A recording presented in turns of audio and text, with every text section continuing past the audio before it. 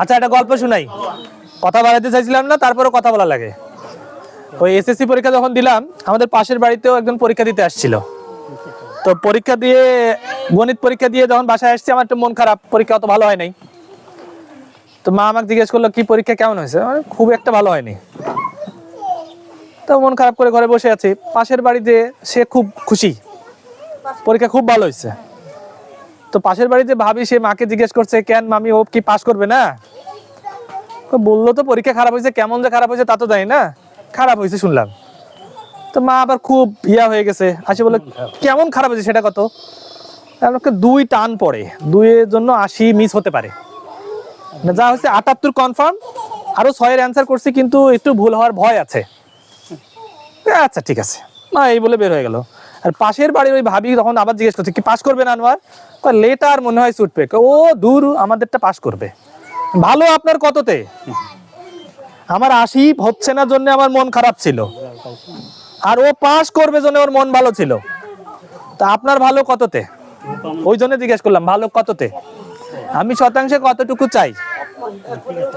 তো ওইটাই হচ্ছে আসল কথা, কথাবার্তা হচ্ছে টার্গেট ওইটা। আমার ফলন বেশি হয়েছে, এটা কোনো কথা না, এটা ভেক্টর। বেশি কার থেকে বেশি? করিমের থেকে বেশি না রহিমের থেকে বেশি, নাকি যা হওয়ার কথা ছিল তার থেকে বেশি? হ্যাঁ, কমপক্ষে 1 মন। তাহলে তো এই জাতটা আপনার জন্যই না।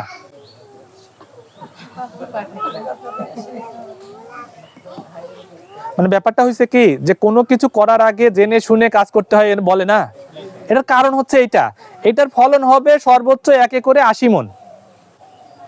আপনার তো লাগবে 100 মন, তাই তো 20 তো শর্ট, বাকি 20 কই থেকে আসবে? হ্যাঁ, 80 থেকে 85।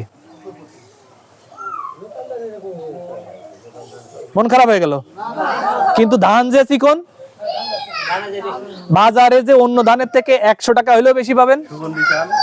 চাল যে সুগন্ধি, আর সাথে আর একটা জিনিস আছে, সেটা হচ্ছে প্রোটিন আছে প্রচুর পরিমাণে। এখন প্রোটিন দিয়ে কি হবে? আমরা যারা মাছ মাংস কম কিনে খেতে পারি, তাদের প্রোটিনের চাহিদা এই ধান খেলে, চাল খেলে হবে। কেমন হলো এখন? এখন ভালো হয়েছে তো? ভাত ঝরঝরা হবে, এখন খুশি নাকি গেলাইলে ভালো? মানে কোনো সন্দেহ নাই, ভাত ঝরঝরা হবে।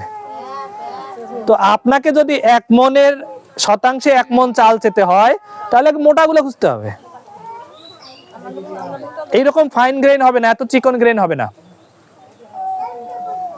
এই জন্য সবকিছু বুঝে শুনে ইয়ে করতে হয়। যাই হোক, এই জাতটা 104, যাদের দরকার চিকন চাল, যাদের দরকার ঝরঝরে ভাত, একটু এক্সট্রা প্রোটিন টোটিন কিছু, এবং বাজারে দাম বেশি, তাদের জন্য এই জাতটা। সময়কাল কতদিন? কয়দিন লাগবে পাকতে? 20 থেকে 20। আচ্ছা, 28 জয় দিন, এটাও তয় দিন। মুখস্থ হয়ে গেছে? মুখস্থ হয়েছে? 28 জয় দিন, এটাও তয় দিন। 28 কয় দিন? এটা প্রশ্ন করার দরকার কি ছিল? খালি কঠিন কঠিন প্রশ্ন করেন। 145 দিন। কয়দিন? যেদিন বীজতলায় বুনবো আর যেদিন কাটবো। বীজতলায় যেদিন বুনবো আর যেদিন কাটবো, মাঝখানের সময় 145 দিন। জাতের নাম 104। যে জায়গার ফলন ভালো হবে সেই জায়গার বীজগুলো রেখে দিতে পারবেন, কারণ এটা হাইব্রিড না। বীজ রাখা যাবে না? যাবে না? আগের মতো ফলন হবে না? হবে না। যদি সঠিকভাবে সংরক্ষণ করা যায়, তাহলে এবার যেমন ফলন হয়েছে, সামনের বারও ঠিক তেমনি ফলন হবে। আর ধান খেতে বেশি পরিমাণে সার ব্যবহার করবেন না। সার ব্যবহার করলে কি হবে? হালকা বাতাসেই পড়ে যাবে, পোকামাকড়ের আক্রমণ বেড়ে যাবে, এবং দিন শেষে ফলন কম হবে। আর যত রকমের দানা জাতীয় ফসল আছে, সব দানা জাতীয় ফসলে একটু ব্রোন সার দিতে হবে। 1 বিঘাতে কতটুকু? 1 কেজি যথেষ্ট, এর বেশি দেওয়ার দরকার নাই। তখন পাতা কিনার ধরে পুড়ে যাবে, এই এমন এমন এমন এমন করে পুড়ে যাবে যদি বেশি হয়।